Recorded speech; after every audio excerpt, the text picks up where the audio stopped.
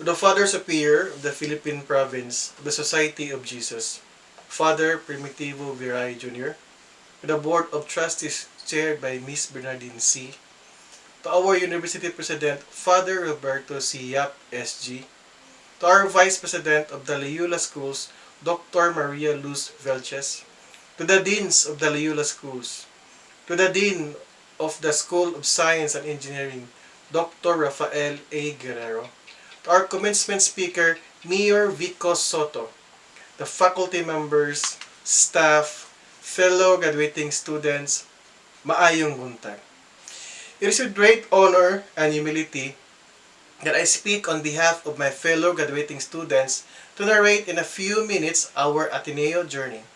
How the institution, its faculty and community, that its courses and the shared experiences help shape us into the persons we are today. I cannot help but recall the beginning of my own journey way back in 2017 when I started as a graduate student of the Ateneo de Manila University's Doctor of Philosophy in Computer Science. I was thankful for being chosen as a faculty grantee and permitted by Mindanao State University Iligan Institute of Technology MSU-IIT to go for higher learning.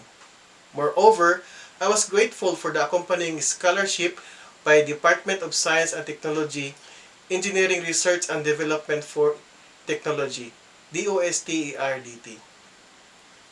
At the same time, I experienced great anxiety because I would have to leave my family behind for a few years to venture into an unknown world called the Ateneo.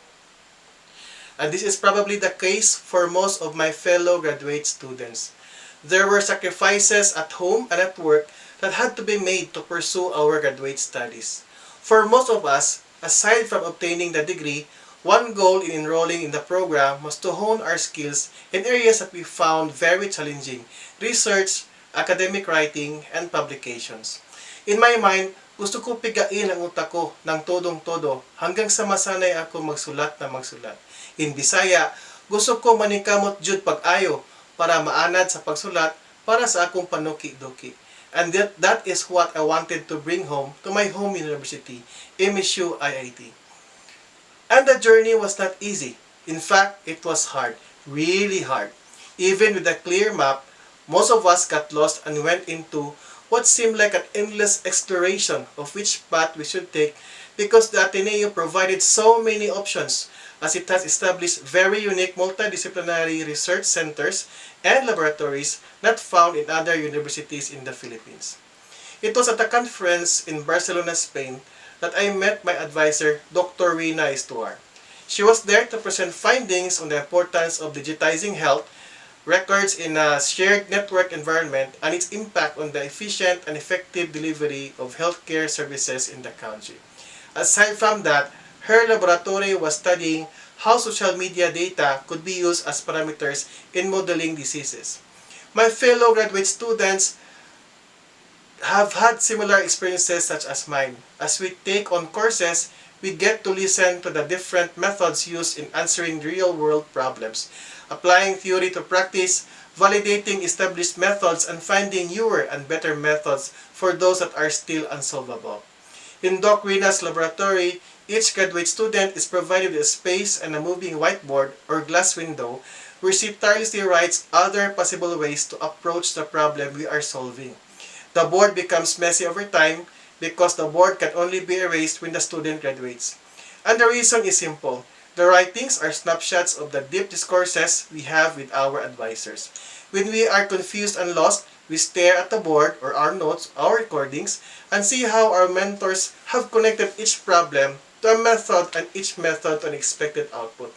Simple advice, but it has grounded me all the time. The research I work on was a continuation of a project I started in MSU-IIT before entering the Ateneo. My eskwela is a learning management system that I designed for use in public schools. Based on social psychological theories introduced to me, I realized that changing cultures requires introduction of a connected environment. The key was to make the learning management system a social learning management system. Doc Reyna and I had to rethink and redefine the LMS as a social learning management system that, aside from delivering content and assessment, connects school administrators to teachers, connects parents to teachers, yes parents, and connects students to their peers, parents, instructors, and school leaders. After all, in this strongly connected world, education has become more social than ever, and as the saying goes, it takes a village to raise and educate a child. And so my journey in designing, developing, and deploying my eskwela continued at the most challenging time, where the community that I wanted to serve deemed my work not as important as it is seen today.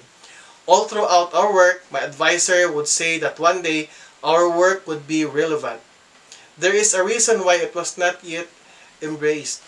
I realized that it was an opportunity to improve the system in support of better education workflow and build a community of learners with each members learning from one another regardless of rank and stature.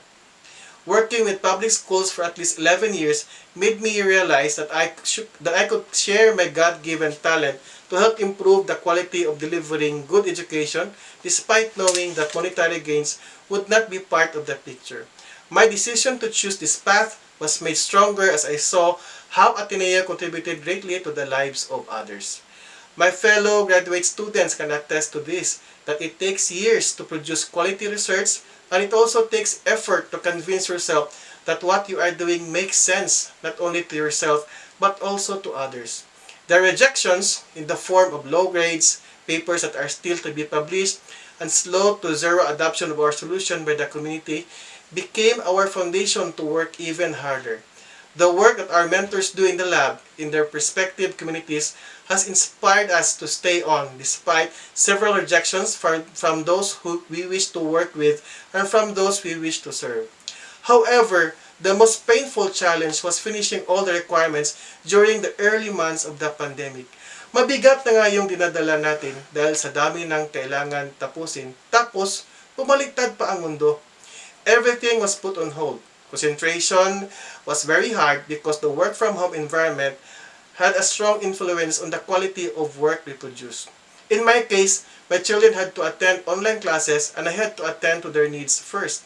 The new situation was very hard as I was used to focusing on my work at the Ateneo Center for Computing Competency and Research Lab, where I could concentrate.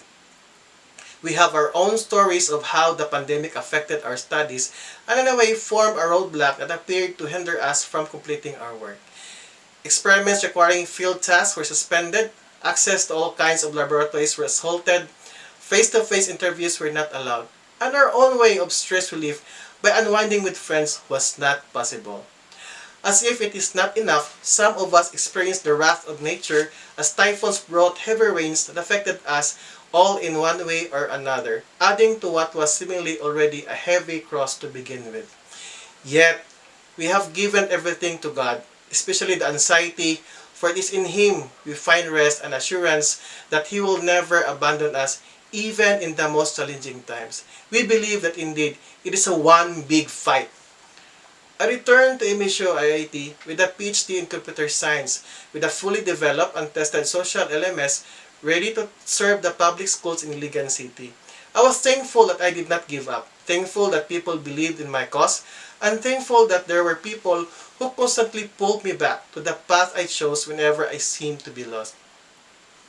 Today, my eskwela, which started in Mindanao State University Iligan Institute of Technology and enhanced in the Ateneo Social Computing Science Laboratory, is being used by Tambo Central School with 7,245 registered users distributed across administrators, teachers, students, and parents. As a result, my eskwela has been utilized also by parents who are overseas Filipino workers as they have become part of the learning environment of their children.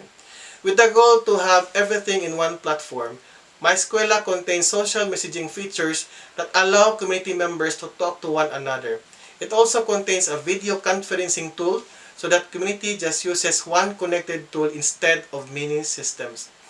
My connection with Ateneo has not ended as Dr. Rina, her team and I continue to work on my eskwela. I have learned that there is much to be learned by listening to the community you wish to serve. In this strongly connected world, learning and teaching has become a social phenomenon, and therefore, The tools that we build to enable learning should accommodate, preserve, and protect these connections. Together with my fellow graduates, we will be forever grateful to the Ateneo de Manila University for providing us with the opportunity to go beyond our comfort zones, to accept the most challenging task because we know that we are not alone, that there are others who will be doing it with us. With the privilege to have our names beside the names of our mentors who continue to inspire us because they too have never stopped serving.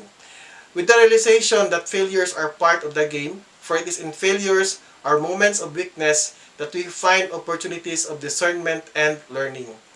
Daghang salamat Ateneo de Manila University, Mindanao State University, Iligan Institute of Technology, Department of Science and Technology, Engineering Research and Development for Technology, Department of Education, Iligan City, Tambo Central School, ug sa akong pamilya sa way puas nga pagsuporta ug paghigugma. Padayon ta sa atong paglambo ug pagpanerbisyo para sa atong Ginoo ang atong kalampusan kay kung wala siya, wala pud ta.